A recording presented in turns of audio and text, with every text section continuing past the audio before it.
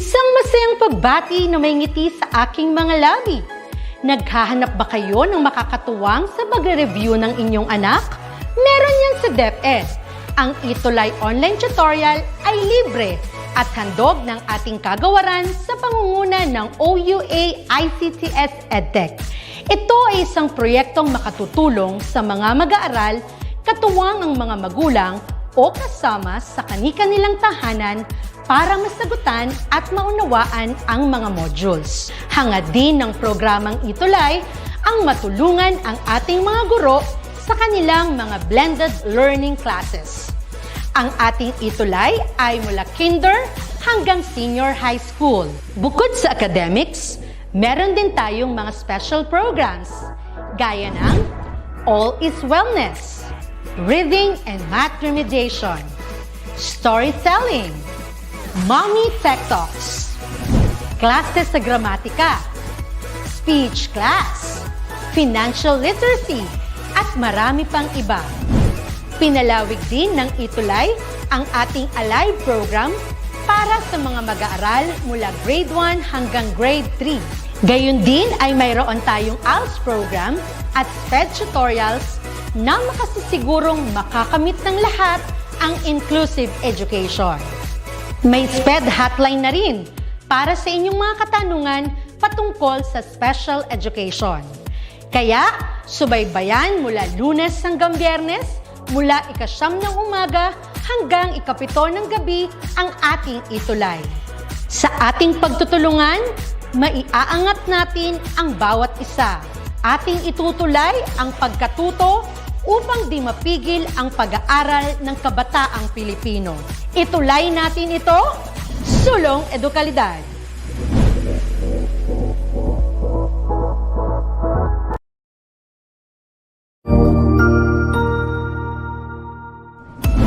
Mabuhay! Isang mapagpalang araw sa ating lahat. Ako ang inyong lingkod, Tutor Madge. Welcome sa ating ETUlay, ang ating libreng online tutorial na hatid ng ating kagawaran ng edukasyon, ICTS EdTech. Ang programang ito ay inaasahang makatutulong at maging karagdagang kaalaman sa mga mag-aaral mula kinder hanggang senior high school, ALS, Alive, at SPED learners. Bukod sa pagsagot ng mga modules, ang ETUlay ay may mga special programs din na siguradong aabangan ninyo araw-araw. Katuwang ang ating mga minamahal na mga magulang at guro ay maitutulay natin ang pagkatuto. Kaya, ihanda na ang inyong module, lapis, papel o kwaderno. Ihanda rin ang isip, mata at tenga sa isa na namang makabuluhang aralin. Tayo nang matuto kasama ang inyong volunteer online tutor sa oras na ito.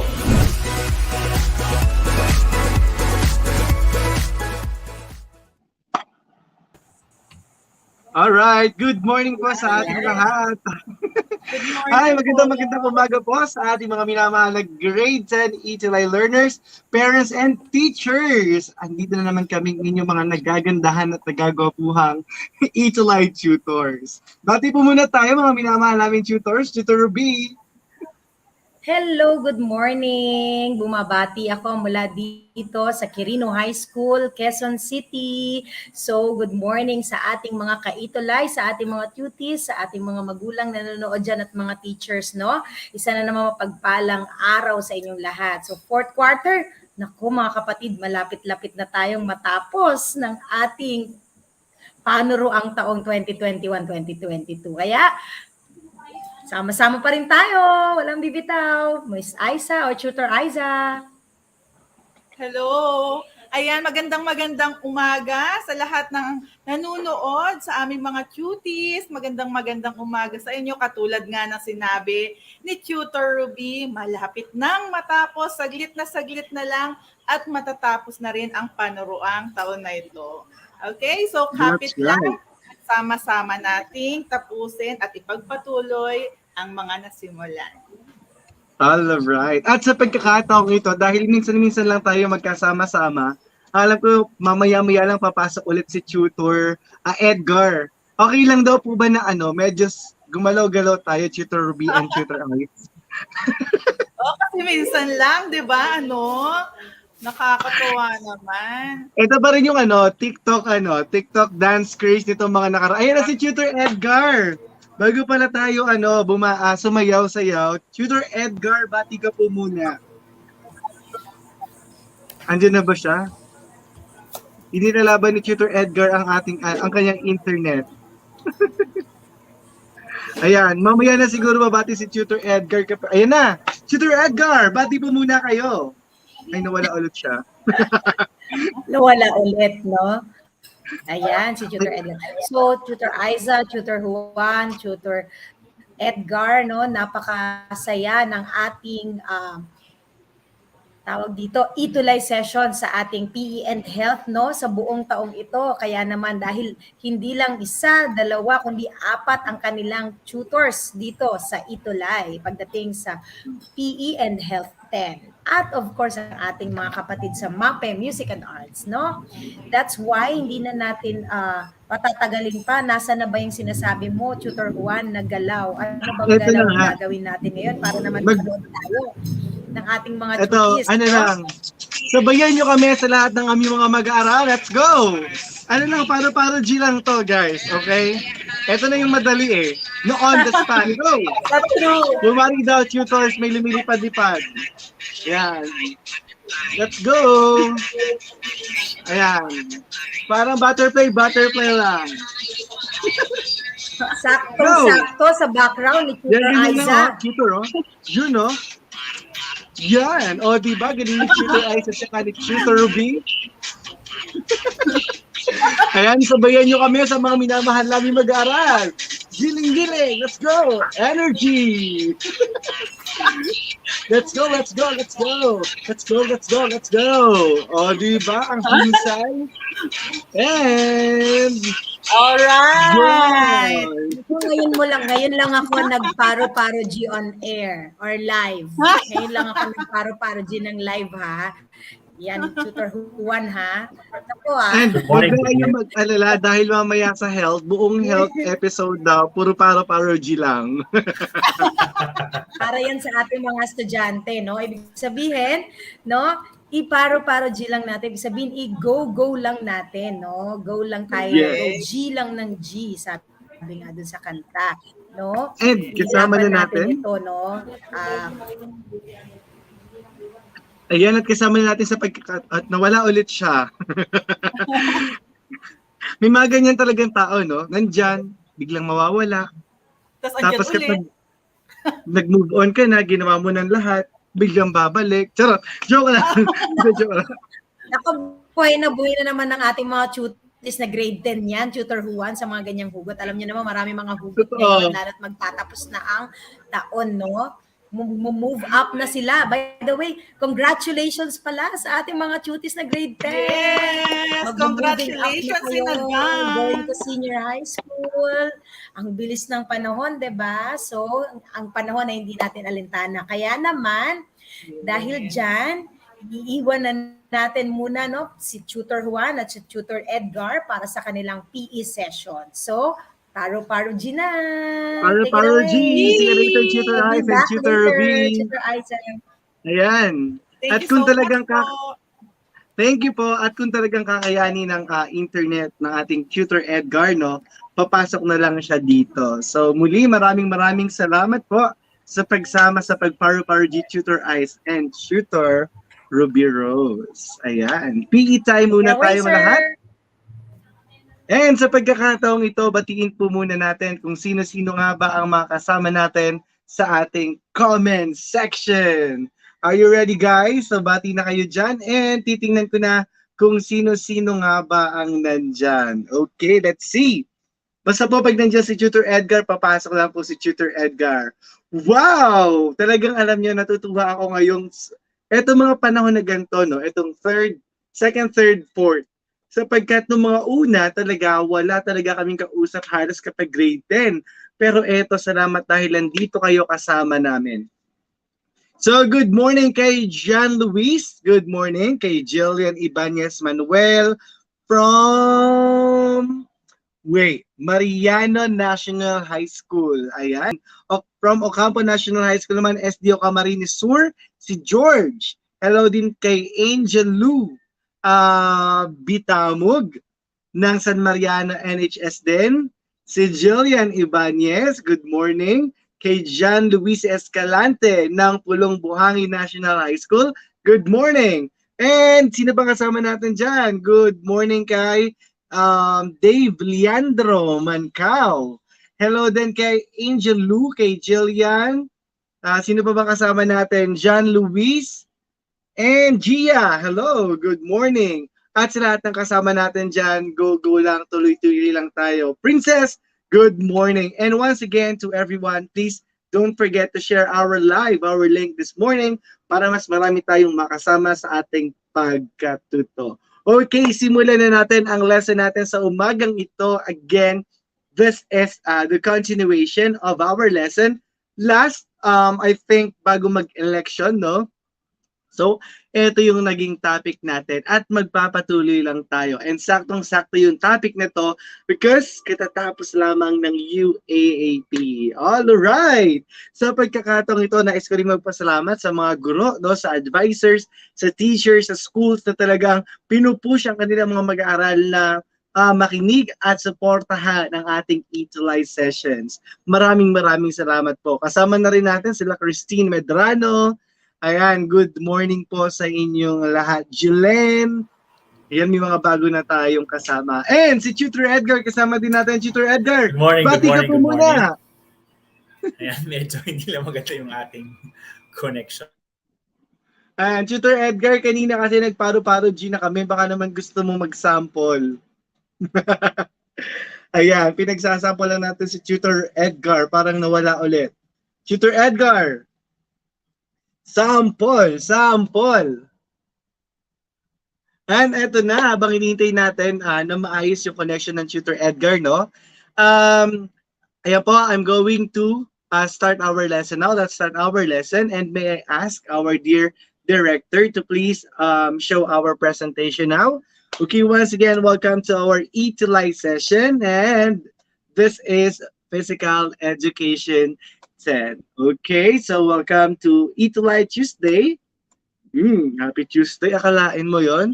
And kung kanina kami ay mga nagparo-paro G, I am asking everyone to please stand up now and join us in our very short dance exercise. Together with me is Tutor SG of MAPEH 1. So kasama natin siya sa ating dance exercise video sa umagang ito.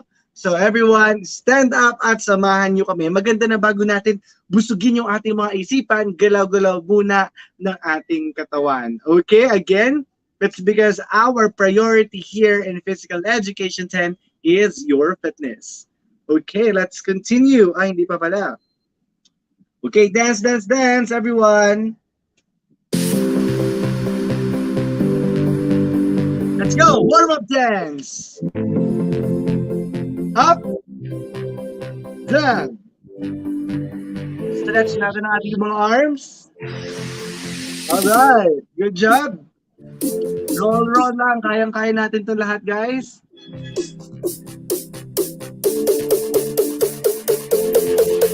Roll. Samahan natin ng konting giling, guys. Di pa pala, cross. Jump.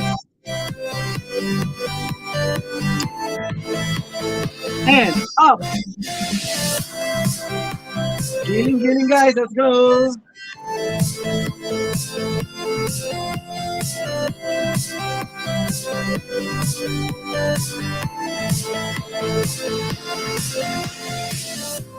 All right. Good job, everyone. Thank you so much for joining us sa ating morning exercise. All right. Let's continue our lesson now. And again, this is Physical Education 10. Quarter 4 na tayo. So, nasa last quarter na tayo, no? Ang bilis ng panahon. Okay, let's continue. So, katulad ng ating pinag-usapan last time, it's all about cheer dance. And again, I'm going to play this video para lang ma-refresh tayo at mas ma-excite tayo sa pag-uusapan natin sa umagang ito. Again, this video is not mine, so credits to the owner of the video. It's Phoenix C. Cheer. Okay, let's watch this. Let's go.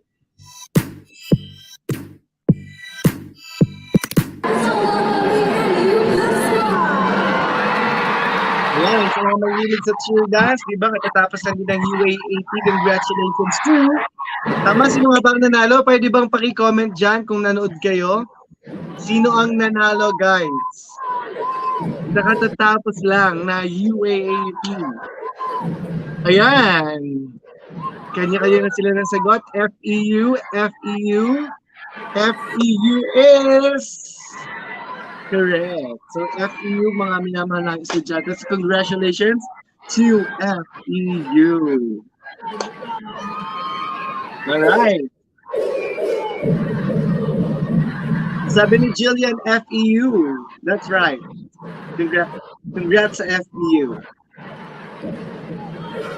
Stephanie, FEU din ang kanyang kasagutan. Isa to sa highlights, no? Talagang inaabangan. Ako man kapag nanonood ako nito, sobrang na-excite din talaga ako. And dumating sa point na ginusto ko maging part, maging member ng cheer dance squad ng Bulacan State University before. Yung sa dance sport ako, mas pinush ko yung dance sport. Ayan, nakita natin.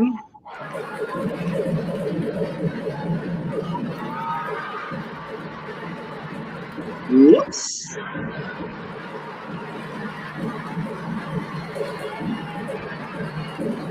Okay, right now, I want you to observe yung mga galaw ng kanilang mga kamay.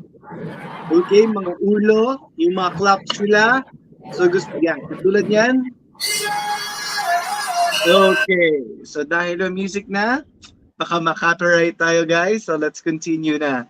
Okay, cheer dance, balik-aral lang tayo. No? Balikan lang natin ng mabilis yung napag-usapan na natin sa lesson na to. So, again, remember, cheer dance is coined from the words cheer and dance. Balikan lang natin when we say cheer is to shout out words, katulad ng naririnig nyo kanina, or phrases that may help motivate and boost the morale of a playing team and perform better during a game. While dance, alam naman natin ng lahat na dance, on the other hand, is a physical activity where one expresses emotions or gestures while performing bodily movements, usually in time with rhythm. Okay, tandaan natin na cheer and dance.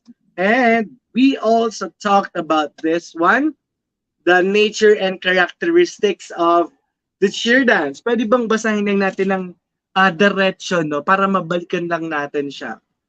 First, cheer dancing is a showcase of dance, hip-hop, contemporary, and jazz, gymnastic skills, yung jumps, tumbling, and stance, and of course, the yell or the chant. Another emphasis of a cheer dance routine is on the placement, sharpness, and synchronicity of the movements. Another, there must be cheers, which are coordination of organized words and movements relating to an athletic event.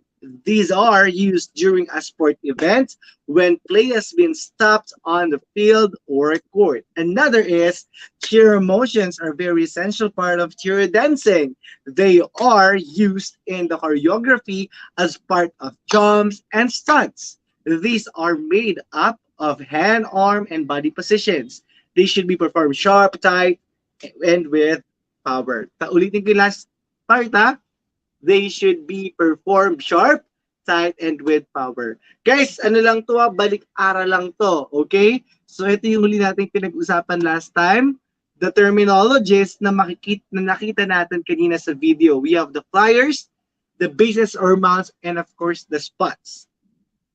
Yung flyers, the cheerleaders who are held and thrown into the air and are doing the stunt. So sila yung tinatawag nating flyers. While the bases and mounts, sila naman yung the persons in charge of holding and controlling the throw of the flyers. So sila naman yung may hawak sa mga flyers or nagsusupport sa flyers. And of course, you also have the spots.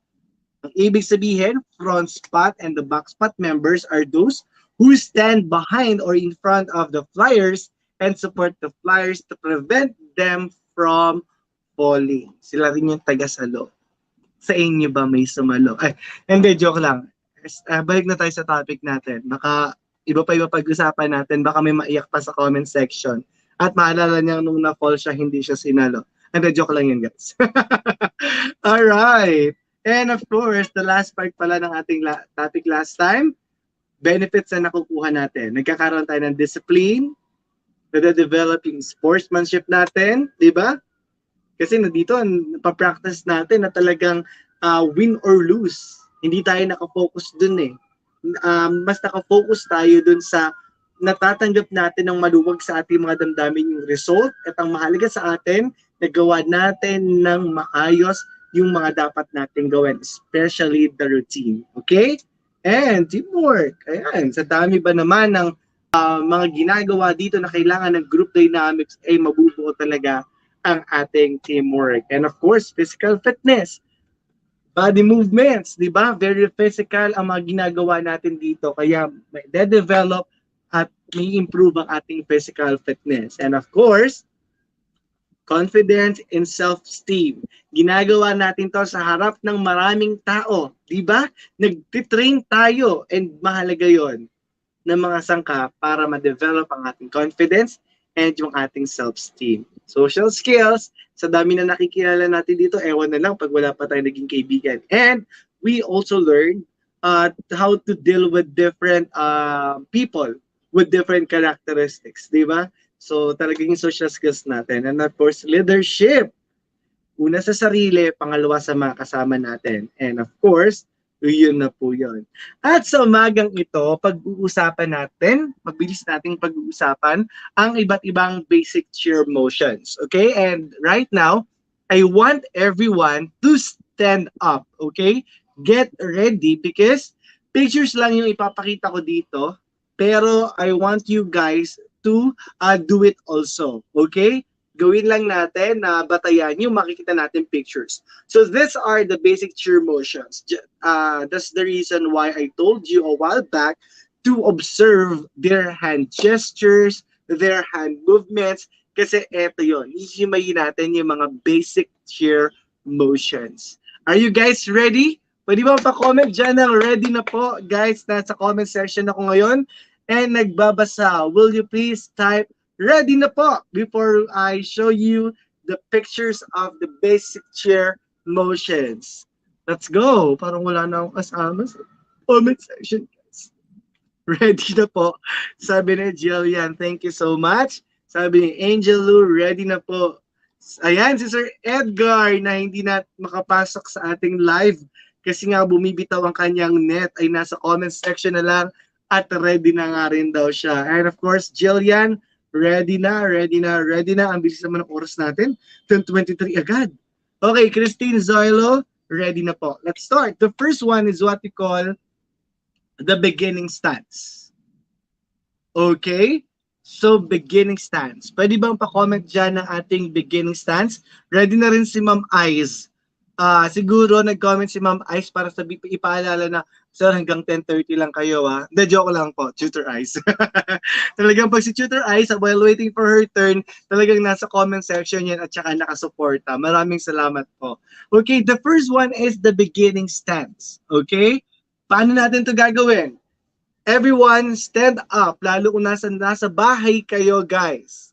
Okay, lalo kung nasa bahay kayo, para naman mas maramdaman nyo, no, na ganito pala yung ginagawa sa cheer dance. So the beginning stance is nakatayo lang tayo, of course, feet together, hands down by the sides in blades. As easy as that. Okay? Again, that is the beginning stance. Kayo na ba na-observe niyo siya dun sa video natin? Okay? So hindi pwedeng pag sinabi nating beginning stance ay kung ano-anong gagawin natin. So that's the proper way of doing or executing the beginning stance. Okay? Another let's proceed to number 2. Ba't nakilis ng oras na 25 agad? Last 5 minutes pala. Okay, the next one is the cheer stance. Kung kanina we have the beginning stance, at this moment, let's have the cheer stance.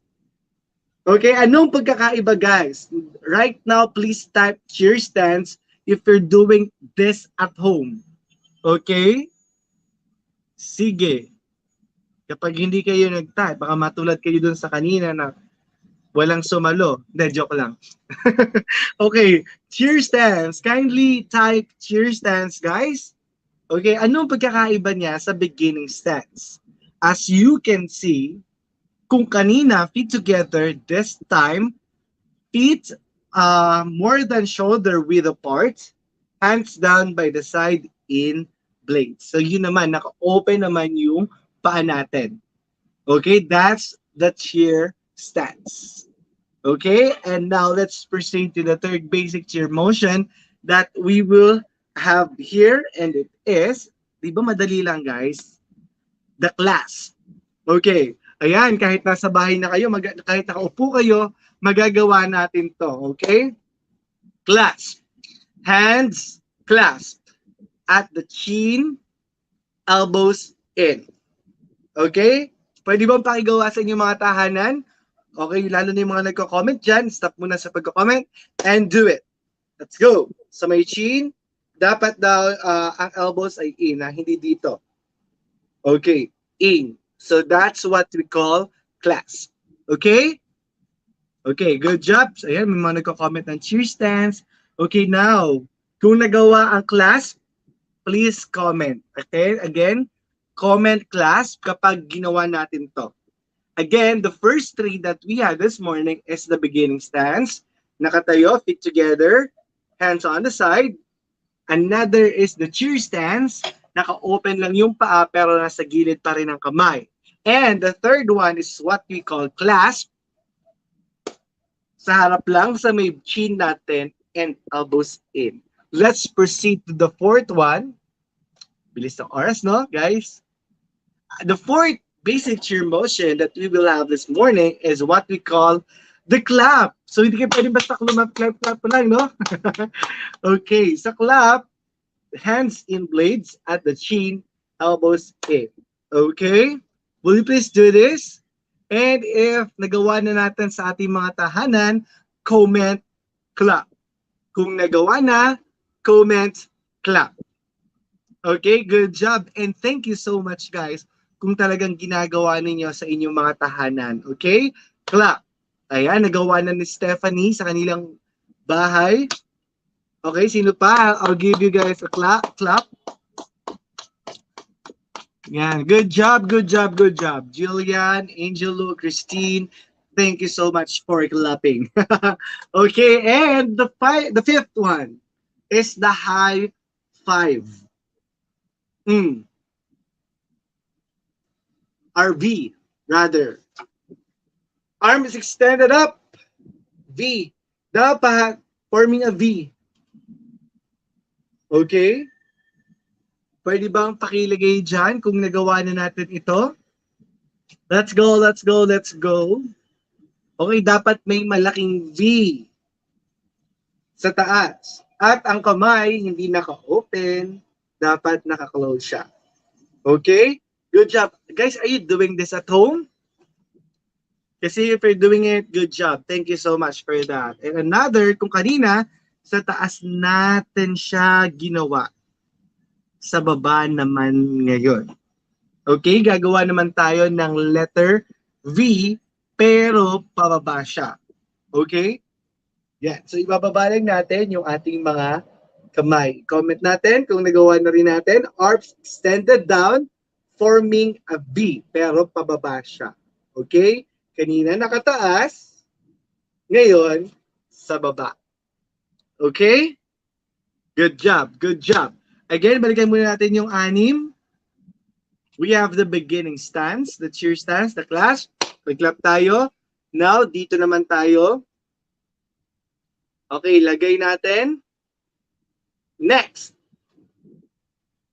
Next. Okay, good job everyone. And last, Last na to, guys. The touchdown. Okay, when we say touchdown, guys, will you please type touchdown there? Thank you so much. Touchdown, guys. Nasa taas lang ang kamay. Arms extended straight and parallel to each other. Fist facing in. So yung mga fist natin naka-in. Okay, and straight lang siya sa taas. So kung nagawa din natin ng touchdown, please comment touchdown. Kung nagawa na, comment touchdown. So si Jillian, si Stephanie, si Graciela, si Angelou, nagawa na nila. Si Gwyneth, nagawa na nila ang touchdown. Thank you so much, guys. Si John Luis, nagawa na rin. Next is the low touchdown. Kung kanina may touchdown, now we have the low touchdown. Kung kanina sa taas, si Nash, nagawa na rin. Si Iser, nagawa na rin. Thank you so much, guys. Now, let's do the low touchdown sa baba naman siya. Katulad ng nakikita ninyo sa ating picture. Again, katulad ng nakita natin sa picture. And of course, the bow and arrow. This will be the last for today. The bow and arrow. Gawin nga natin. One arm extended sa side natin. And the other arm bent at elbow in a half. Okay, so ganito, guys. Kung nagawa na rin natin ang bow and arrow, i-comment din dyan ang bow and arrow. Okay? So, good job. Bakit bow and arrow, di ba? Pag nag-ano tayo ng arrow natin. Ganun lang siya.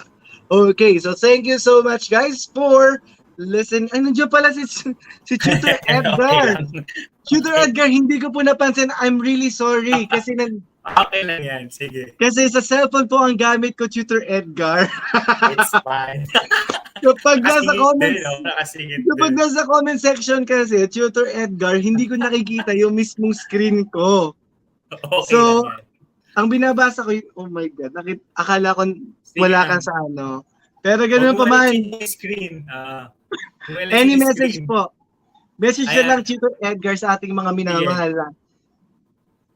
Message, kung mapapansin nyo, doon sa may touchdown tsaka sa low touchdown, magkaiba yung forma ng kamay. Kasi meron tinatawag na small letter E tsaka big letter E. Yan. And then kung makikita nyo rin sa bow and arrow, yung extend na kamay is big letter E. Pero dun sa nakabend, it's small letter E. Yun yung consideration pag kaya hindi siya basta iniikot lang yung kamay. May pinapakita na letter E for Tutor Edgar. Hindi ako. Just enjoy yung mga parang. Ayan, para nawala ulit si Tutor Edgar. Hindi, kanina pa ba dyan, guys, si Tutor Edgar? Hindi ko talaga siya napansin kasi ang aking screen ay puno ng nasa comment section lang ako. So alam niyo na kapag nasa cellphone kasi, hindi ko nakikita kung ano yung nasa screen ko, kundi yung pinipresent ko. Hindi ko rin nakikita yung sarili ko.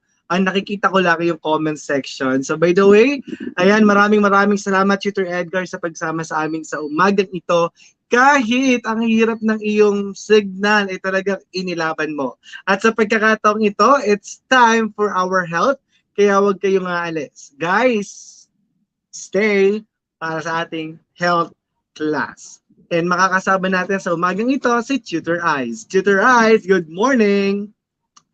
Nasaan na kaya si Tutor Eyes? Naka-mute ka, Tutor Eyes.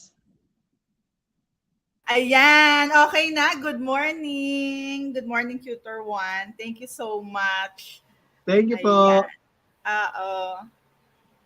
So, bye. Thank you so much. Ayan. So, salamat sa pagbibigay ng magandang lesson about cheering, Tutor 1, and sa pag-share din ng additional knowledge, Tutor Edgar. So, naimbag na bigat kada kayo amin dahil nakita ko habang nagpipi lesson kayo, nakita ko sa comment section na ang ating mga cuties ay from SDO Isabela. Ayan, naimbag na bigat kada kayo amin, especially sa inyong mga teachers, 'di ba? Mga tuties, sila ang advisor ng 10 Matapat, si Ma'am Beverly Baingan, Rupinta Ancheta, ayan, si Ma'am Caribel Gutang Labayugan. Thank you so much po sa walang sawang pagsuporta at sa i-encourage ayan sa ating mga tuties, sa ating mga estudyante para amin din matulungan, 'di ba? Sa kanilang lesson. So katulad ng aking ipinangako last time, 'di ba? Ipagpapatuloy natin ngayon ang naiwan nating talakayan. Ayan. So manatili lamang pong naka-tune in, manood tayo dito at ipagpatuloy kung ano yung ating nakalimutan last time or hindi natin napag-usapan.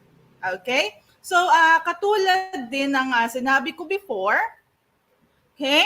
So, ipagpapatuloy lang natin yung topic about personal health career plan. Okay? So, get ready for another informative and engaging lesson duties that will help you become responsible health and wellness ambassador. So, ako nga ulit si teacher or tutor Aiza para tulungan kayo. Okay? So, ayan. Katulad ng sinabi ko last time, 'di ba? Dreaming is the first step towards success. 'Di ba? So I'm sure lahat kayo ay nangarap, 'di ba? May pinapangarap kayong sa paglaki ko, pag natapos ko ang aking pag-aaral, gusto kong maging ganito. 'Di ba? Some of you hope to be teachers, 'di ba? Gustong maging guro katulad ng mga advisors at teacher ninyong laging nakasubaybay sa inyo. Ulit po sa aking mga kapwa guro na nandiyan diyan, maraming salamat po.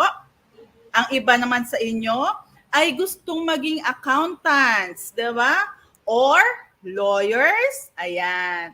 Yung iba naman sa inyo ay gustong maging future healthcare professionals. Ayan, doctors, nurses, at marami pang iba. Okay? At syempre, ngayong pandemya, di ba? Sila ang ating modern day heroes. Alam natin yan. Kaya sobra-sobra tayong nagpapasalamat sa ating medical frontliners. Okay? So, before tayo magpatuloy, cuties, gawin natin ulit itong activity na ito. I-recall nga natin ulit kung ano-ano nga ulit yung mga health professionals. Diba? Para medyo alamin natin or gisingin natin yung ating konting pangarap. Baka magkaroon tayo ng idea na ito yung maging gusto nating trabaho or profesyon pagdating ng araw.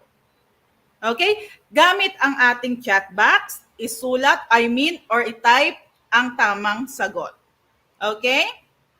So, ito. Ano ang sagot dyan? I-type sa chat box. Ito ay siya ay isang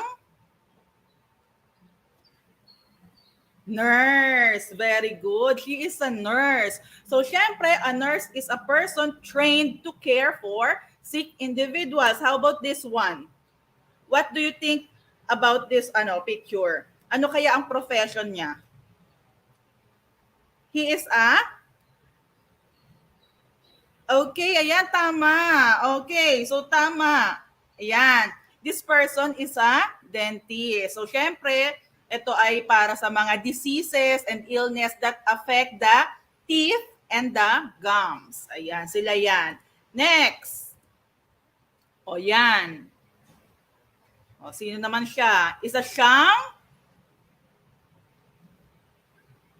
pediatrician. Ayan. Siya naman yung nangangalaga sa physical, behavioral, and mental care for children 18 below. Ayan. Eto.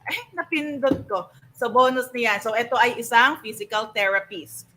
Okay. So siya naman yung nangangalaga or tumutugon sa physical na pangangailangan ng mga pasyente, physiotherapist. Okay? Yan. For example, yung mga nadisgrasya, di ba? O kailangan nilang mag-therapy. Ayan, para makalakad ulit ng maayos. Sila yan. O, next. Ito. What is this last occupation? Yes, it is true that you said pharmacy. Yan, tama kayo.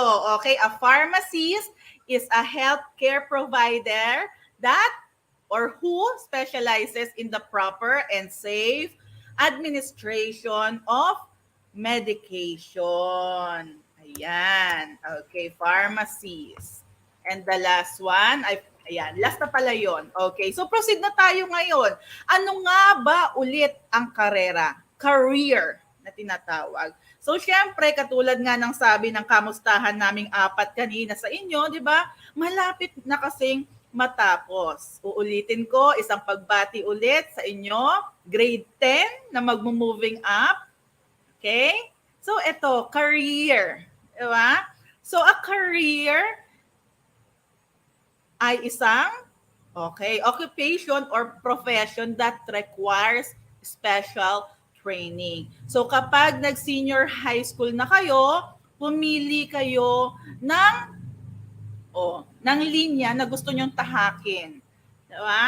So pumili mabuti yung siguradong matatapos ninyo at gusto ninyo. Okay? That's why nandito tayo ngayon. Malay nyo, gusto nyo pala ang field ng medicine, di ba?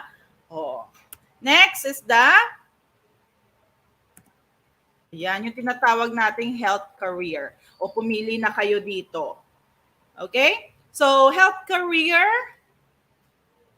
is a design, ayan, to familiarize students with the various careers in the medical profession and allied health services. So, bakit nga ba kailangang i-pursue ang health career? 'Di ba? Siyempre, katulad nga ng sabi nila, you can make a difference in people's lives. Diba?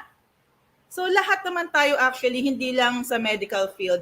Kahit nga kasing bata mo, grade 10 or mas bata sa'yo, bawat isa sa atin ay kayang magbago ng buhay ng ibang tao.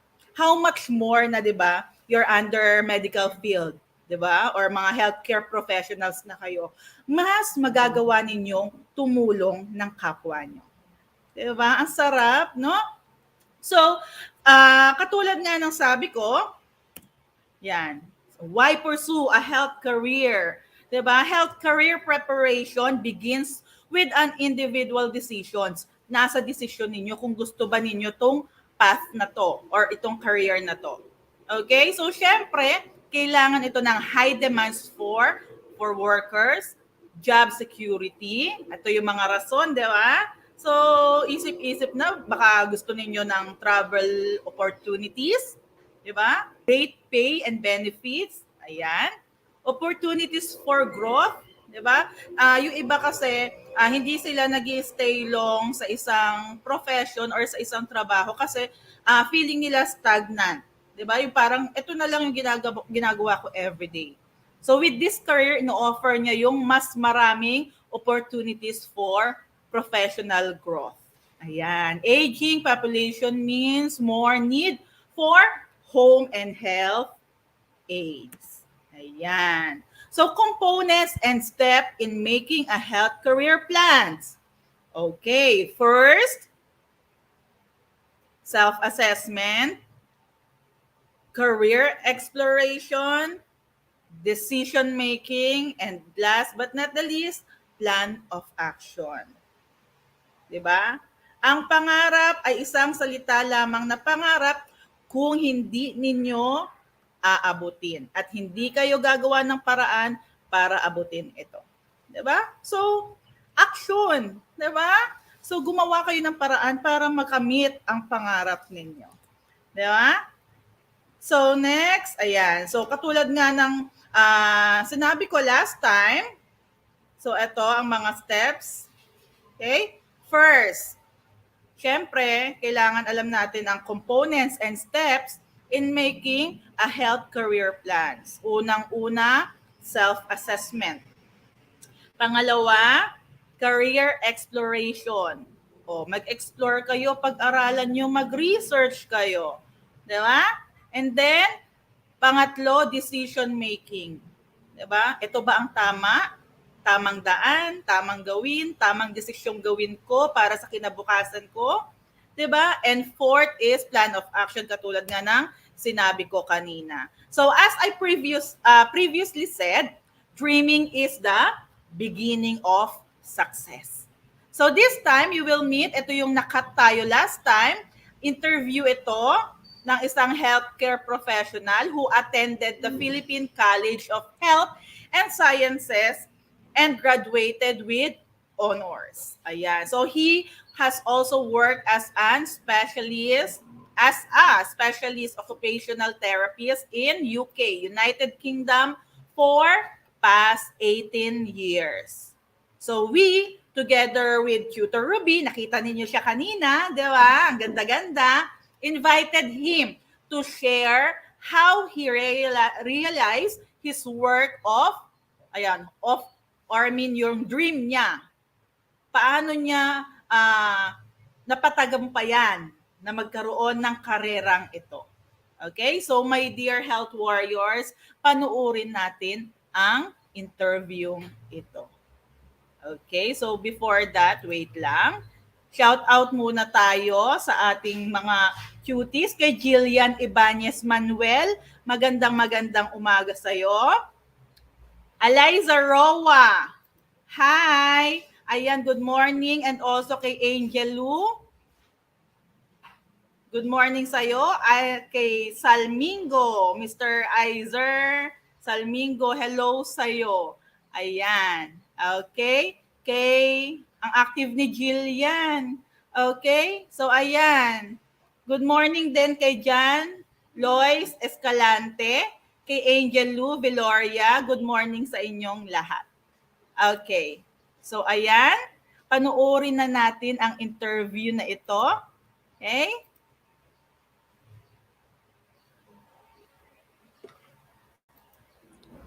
Health warriors, today we will have an interview with a registered specialist occupational therapist who is currently working in the United Kingdom.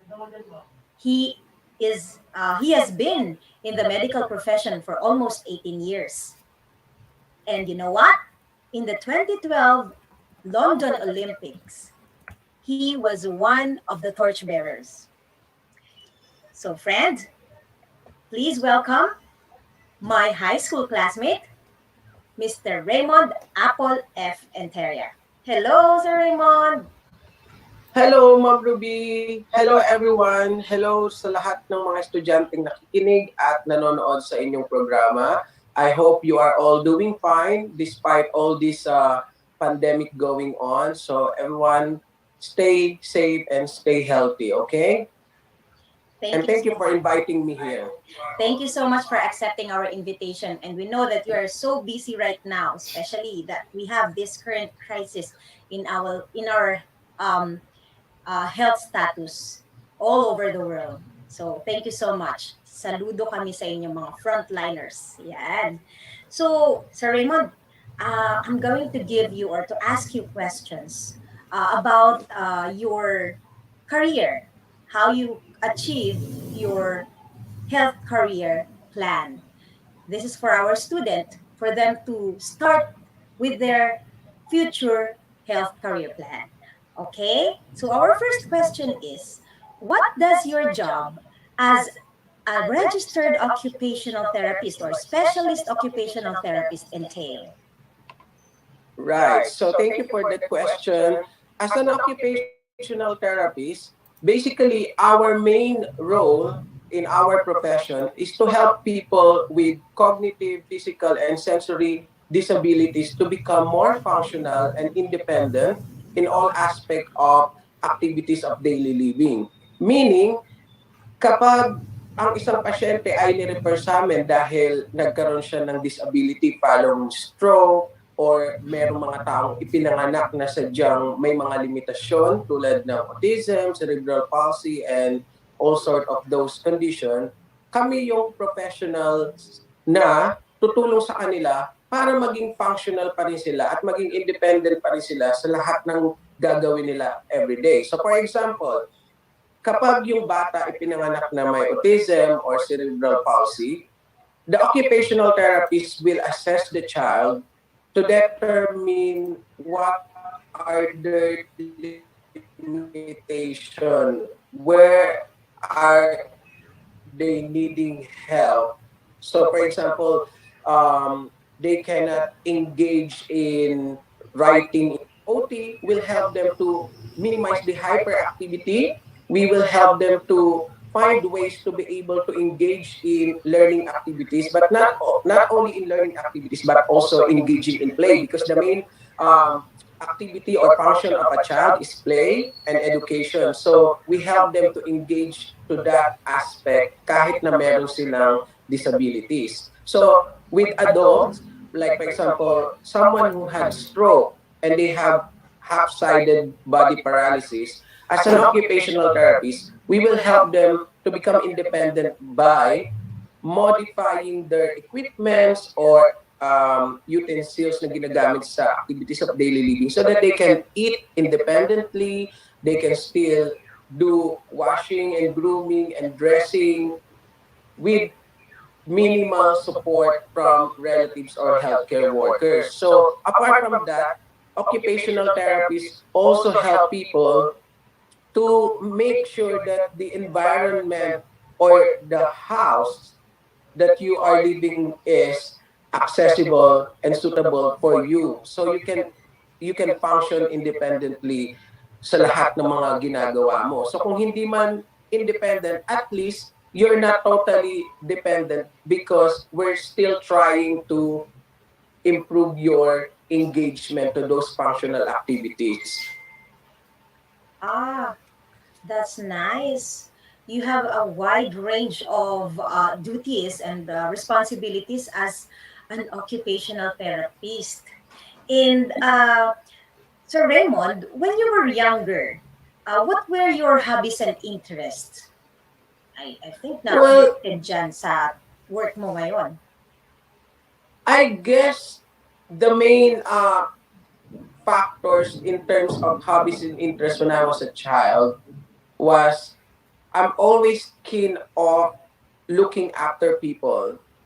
Like, I remember when I was a child, I always dream of becoming a doctor, but I did not grow up in a well-off family.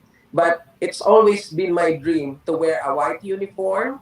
So since childhood, gusto ko na talaga ng medical field. So I guess having that interest also helped me to become an OT because it's in the field of healthcare. So yeah, so hobbies, I like doing arts and crafts, I like singing, I like cooking, I like traveling. You know, mahilig din akong dismantle ng mga toys and then assembling it, you know, and then drawing, and then I like joining school activities.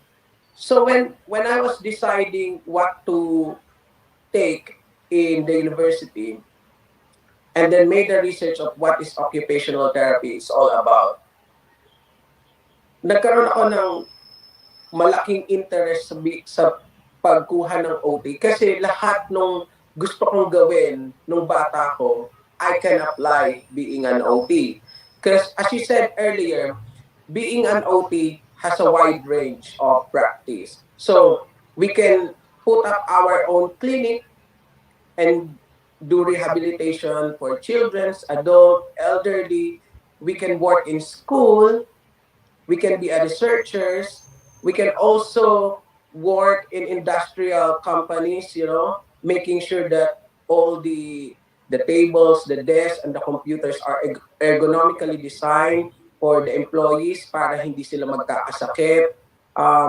We can work in the hospital, inpatient. We can work in the community with the social services workers so that we can ensure that the properties or the home environment are accessible.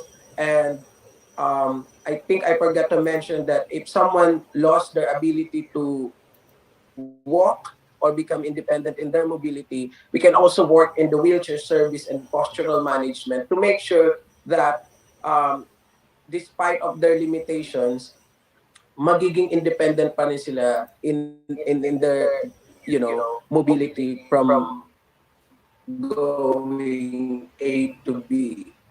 So there's a lot of OT practice that you can choose from. So unlike other professions, we are not just bounded in one area. You can choose in one expertise and you can change into those areas if you don't want to stick in other areas. So naman yung mga talents and interests ko when I was young, I can really apply. Because like if I work in mental health setting, obviously those people have this disturbances in their mind, So you help them redirect their attentions, their delusions and hallucination into purposeful activities by doing arts and craft, training them how to cook, going to shopping, bank transactions and all stuff.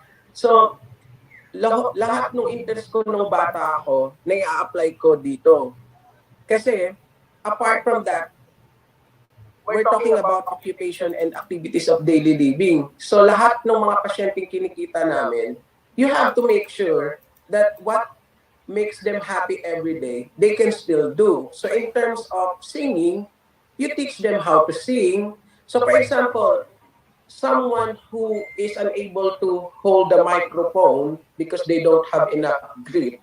So what occupational therapy will do is modify the microphone by making the handle big, so you can hold the microphone even you have a limited grip. Or if you don't have a grip, you can put a stand onto a microphone so you can still sing without holding the microphone. And if someone has lock-in syndrome or totally lost their ability to move the body, you can modify all the technologies so that they can just control everything using their eyes, using their mouth, or using their heads. So those are the advantages of being an occupational therapist, because we can help people to become really independent by knowing what help they need to do what they want.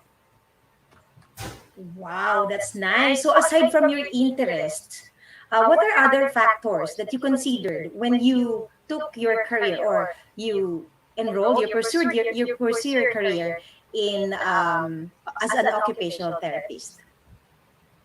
I think deciding for a degree, the factors that I considered first is what makes me happy. We all hear these stories that some parents are pushing their children to take this degree even though they don't like it. I mean, it's a case to case basis, but I would say the main factor for me is really taking the degree that I want. Because if you take the degree that you really wanted inside your heart, you will go far because that is what you want. Second, as I've said earlier, I did not come from a well-off family. So I also have to consider the financial aspect of my family. Kaya ba namin i-afford? And if not, paano ko susuportahan yung sarili ko? So when I spoke to my mom and my dad back then, this is what I'd like. There was actually a contradictory between my mom and my dad, because my mom wanted to support me. My dad said it's too expensive. But at the end, they both agreed to send me to a medical school to take the OT. But I also have this drive inside me to help them. So during that time, when I was studying OT at the Philippine Colleges of Health and Sciences, I also took part-time job in fast food. so that I can buy books, I can buy projects. So it's just not depending on your parent. You also have to look what you can do to help your parent to achieve your dream, because studying medical profession is not that cheap. It's expensive, especially nowadays. So as I've said, first, follow what is in your heart. Second, consider your financial status in life. And then third, I would suggest as well the consideration of, will I land a job after this degree? Because other students now will just take it because yung girlfriend nila or yung boyfriend nila, yun yung kukunin, or this is the in-demand job at the moment, the degree that you will take in the university. So for example, at that point, I was looking for what type of medical profession I'll get. So when I did the research, OT suits me because of of the description of that degree. Aside from that, nalaman ko din na very few people knows what is OT all about. And very few students are taking occupational therapies at that time. I think until now, not all people know what is OT. So, in that sense, na-realize ko, if I consider this, I will surely get a job kahit sa Pilipinas or abroad, because there's no much competition if you will compare it to nurses, physical therapists, and other professions that are really commonly known. I mean, they are really good professions, but what I'm saying, if I'm going to give advice to students, make sure when you take a degree, there's no much competition. So after graduation, you can take the job easily, whether in the Philippines or in abroad. Exactly. That's right. Nice. You really have to take all the considerations, the advantages and the disadvantages of the Yeah. career that you're going to pursue. So, how did you go about achieving your goal as an occupational therapist? Right. So how did I go about in achieving my goal? So first, I chose a degree, which is occupational therapist. And then after that, I chose what school to go to that we can afford. And then I studied hard, because obviously in the Philippines, you need to get licensure examination before you can practice a medical profession. So it's not just like taking the degree and graduating from it. You need to study hard, make sure you do well in school, so that if you do well in school and you pass your licensure examination, you can practice your profession. And then think what you wanted to achieve. So obviously, after working in the Philippines for 2 to 3 years, and I knew, as I've said earlier, not all people in the Philippines know what is occupational therapy is all about. And most of the time, back then, only rich people or well-off people can access the service of OT because it's not that cheap. It's quite expensive, knowing that they have to pay hourly professional people or OT to do the intervention to the client.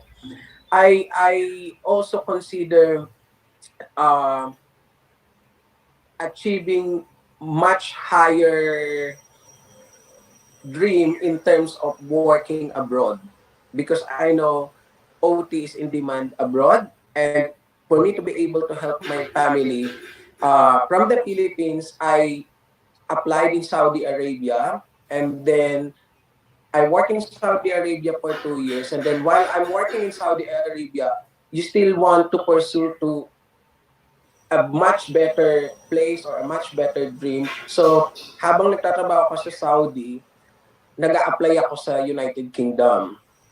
So after 2 years in Saudi, I was able to land a job in the United Kingdom, and then so since 2008 until now. Okay. So, I guess, ikat na natin yung interview with Sir. Okay? Kasi tingin ko naman nakuha na natin yung mga magagandang tips niya sa pagpili ng career na ito. 'Diba? I hope somehow nakatulong yung interview na to para makaano kayo ng makapag-decide na kayo for yourself. Ayan. So sa pagpapatuloy, ayan. Okay? So maraming salamat kay Mr. Raymond Interia. Okay? Sa isang magandang interview at pagbabahagi para sa ating mga cuties. Ayan. Okay. So, eto na tayo ngayon. Sa inyong mga screen, nakikita ninyo ang isang chart. So, etong chart na to ay isang personal health career plan. Ayan. In the left column, you'll find the elements of health career plan. So, read the questions and fill in the blanks in the required column. Ayan, you have 30 seconds to complete that since limited lang yung time natin o assignment yun na yan. Okay? So, itong personal health career plan na to ay malaki ang matutulong sa inyo kung, ayan, or para makapag-decide kayo kung pipiliin ba ninyo ang career na ito. Ayan. Okay? So, ayan, we're done na. So, congratulations, dear cutie. Lalong-lalo na, shout out muna tayo kay Jillian na active simula kanina sa PE session natin hanggang ngayon. At maraming salamat sa San Mariano National High School, Isabela, sa pagiging supportive ninyo at sa pagkakaroon ng masisipag at talaga namang very supportive na teachers. Magandang umaga po sa inyo. Ayan, congratulations, grade 10 students na ngayon ay talaga namang nakapag-step na tayo towards realizing your long-term health career goals. So I'd like you to post your personal health career plans, yung assignment ninyo, somewhere noticeable in your house or keep in your paper. Siyempre, di ba, yung mga sinagutan ninyo, itago nyo yan so you can check whether you're on the right track to achieving your goals. Ayan. So take one step at a time. Plan for your future, and of course, put in the effort to make it a reality. Di ba? Katulad ng sinasabi ko kanina at sinabi ni Sir Ray kanina sa interview. Di ba? Gawin ninyo ang lahat. Maglagay kayo ng effort para maging makatotohanan at makamit ninyo ang pangarap ninyo. So by now, I'm sure you have figured out how to build a personal health career plan. Okay? And that's it for today, grade 10. Okay? See you next time for another informative and engaging lesson that will help you become responsible health and wellness ambassadors. Okay? So eto nga ulit, si Tutor Aiza, your health buddy, dito sa ETUlay. Ayan. So next meeting, kita-kita ulit tayo. At ayain nyo pa yung mga classmates ninyo para matulungan din natin sila. Okay? So maraming salamat. See you next time.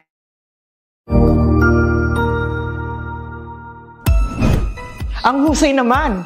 Natapos mo ang iyong tutorial session kasama ang iyong mahusay na ETUlay tutor. May bago ka bang natutuhan? I-share na yan gamit ang hashtag #ETUlayLevelUp. Huwag aalis ha dahil may susunod pang programa na pwede mo ring panoorin at salihan dahil naghihintay na ang iyong mga tutors. Happy learning dito sa ETUlay!